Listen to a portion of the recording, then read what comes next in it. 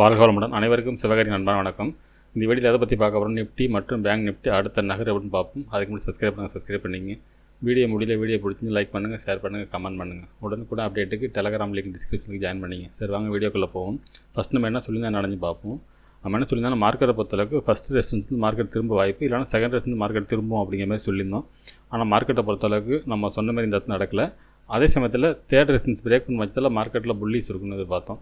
ஆனால் third resistance break பண்ணாங்க. அதுக்கப்புறம் பெரிய மூவ்மெண்ட்ஸ் இல்லை. அதுக்கப்புறம் பார்த்திங்கன்னா ஒரு ரேஞ்சுக்குள்ளே வந்துட்டு மார்க்கெட் வந்து கிட்டத்தட்ட பார்த்திங்கன்னா 370 440 430 இந்த ரேஞ்சுக்குள்ளேயே வச்சு முடிச்சுட்டாங்க ஃப்ரெண்ட்ஸ்.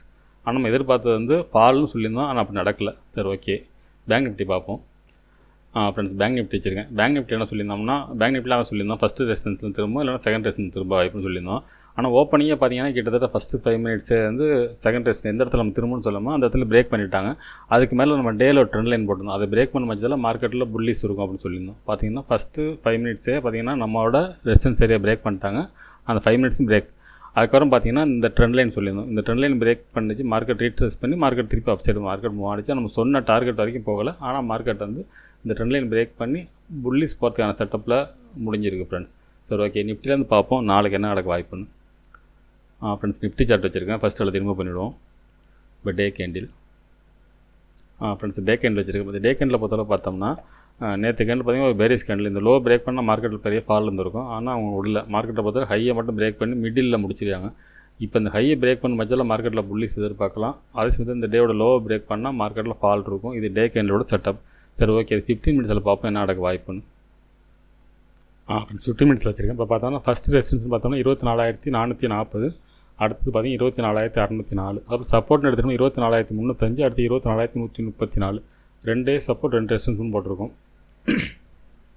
மார்க்கெட்டை பொறுத்தவரை என்னோடய பாயிண்ட் ஆஃப் வியூவில் மார்க்கெட்டை பொறுத்தளவுக்கு இந்த ஃபஸ்ட்டு ரெசிஸ்டன்ஸ் 24,440 பிரேக் பண்ண பட்சத்தில் மார்க்கெட்டை பொறுத்து 24,604 வரைக்கும் போகிறது வாய்ப்பு இருக்கும். இந்த இடத்த பிரேக் பண்ணணும் மார்க்கெட்டை பொறுத்தளவுக்கு. அதே சமயத்தில் இந்த ஃபஸ்ட்டு சப்போர்ட் போடுறவங்க 24,305 பிரேக் பண்ணும் பட்சத்தில் மார்க்கெட் வந்து ஃபால் இருக்கும். இந்த 24,100 இந்த 100 வரைக்கும் 134 வரைக்கும் இறங்கிறது வாய்ப்பு இருக்கும் ஃப்ரெண்ட்ஸ். அப்படி இல்லாத பட்சத்தில் மார்க்கெட்டை பொறுத்தளவுக்கு இந்த ரேஞ்சுக்குள்ளே இருக்கிறது வாய்ப்பு அதிகம் ஃப்ரெண்ட்ஸ். இதுக்குள்ளே இருக்கும். இதில் எந்த டைரெக்ஷனில் பிரேக் ஆகுதோ அந்த டைரெக்ஷனில் மார்க்கெட் போக வாய்ப்பு இருக்கும். என்னோடய பாயிண்ட் ஆஃப் வியூவில் மார்க்கெட்டை பொறுத்தளவுக்கு அப்சைடு பிரேக் பண்ணுறதுக்கான வாய்ப்பு இருக்க மாதிரி தெரியுது ஃப்ரெண்ட்ஸ். சரி ஓகே, பேங்க் நிஃப்டியை பார்ப்போம். ஃப்ரெண்ட்ஸ் பேங்க் நிஃப்டி சார்ட் வச்சுருக்கேன். ஃபஸ்ட்டு எடுத்து ரிமூவ் பண்ணிவிடுவோம்.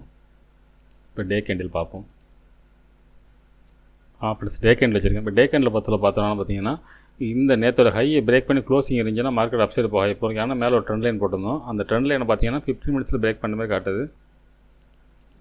இதே பார்த்தீங்கன்னா டே கேண்டில் பொறுத்தளவுக்கு பார்த்தீங்கன்னா அது மூமெண்ட்ஸு பிரேக் இல்லை. இந்த ஆக்சுவலாக நம்ம இப்படி போட்டுருந்தோம் நினைக்கிறேன். இந்த ரேஞ்சில் போட்டிருந்தோம். இதை பிரேக் பண்ணியிருக்காங்க. ஆனால் அடுத்தது பார்த்திங்கன்னா இந்த ரேஞ்சு இப்போ இதை தாண்டணும். ஹையை பார்த்தீங்கன்னா 51,850 900 பிரேக் பண்ணால் மட்டும் தான் மார்க்கெட் மேலே போக இருக்கும். அதனால் இங்கேருந்து ஃபால் இருக்கிறதுக்கான வாய்ப்பு இருக்க மாதிரி தான் மார்க்கெட் டே கேண்டில் செட்டப் படி தெரியுது ஃப்ரெண்ட்ஸ். சரி ஓகே, 15 மினிட்ஸில் பார்ப்போம்.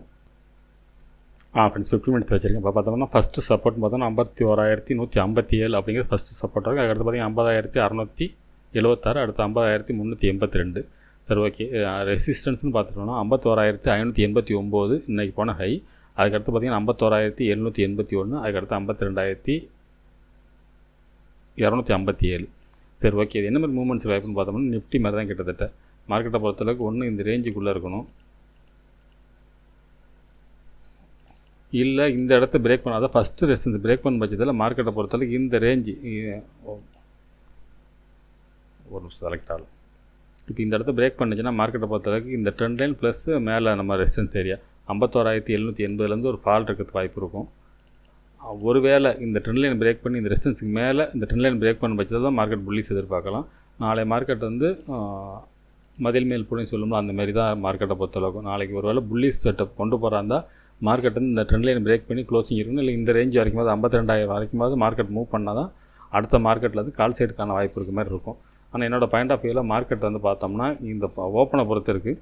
ஓப்பன்லேயே மார்க்கெட் வந்து ஃபஸ்ட்டு சப்போர்ட்டை பிரேக் பண்ண பட்சத்தில் மார்க்கெட்லேருந்து ஃபால் எதிர்பார்க்கலாம். இது பிரேக் பண்ணால் மார்க்கெட் வந்து இந்த ரேஞ்ச் வரைக்கும் வரதுக்கான வாய்ப்பு அதிகம் ஃப்ரெண்ட்ஸ்.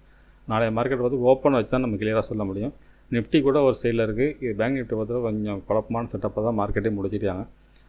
ஆனால் என்னோடய பாயிண்ட் ஆஃப் வியூவில் பொறுத்தளவுக்கு ஓப்பனை பொறுத்தா ஆனால் ஓப்பனில் ஒரு வேளை கேப் அப் இருந்து இந்த ஃபஸ்ட்டு 5 மினிட்ஸ் பிரேக் பண்ண பட்சத்தில் மார்க்கெட்டில் புல்லிஸ் எதிர்பார்க்கலாம் ஃப்ரெண்ட்ஸ். சரி ஓகே ஃப்ரெண்ட்ஸ், நம்ம அடுத்த வீடியோவில் சந்திப்போம். நன்றி, வணக்கம்.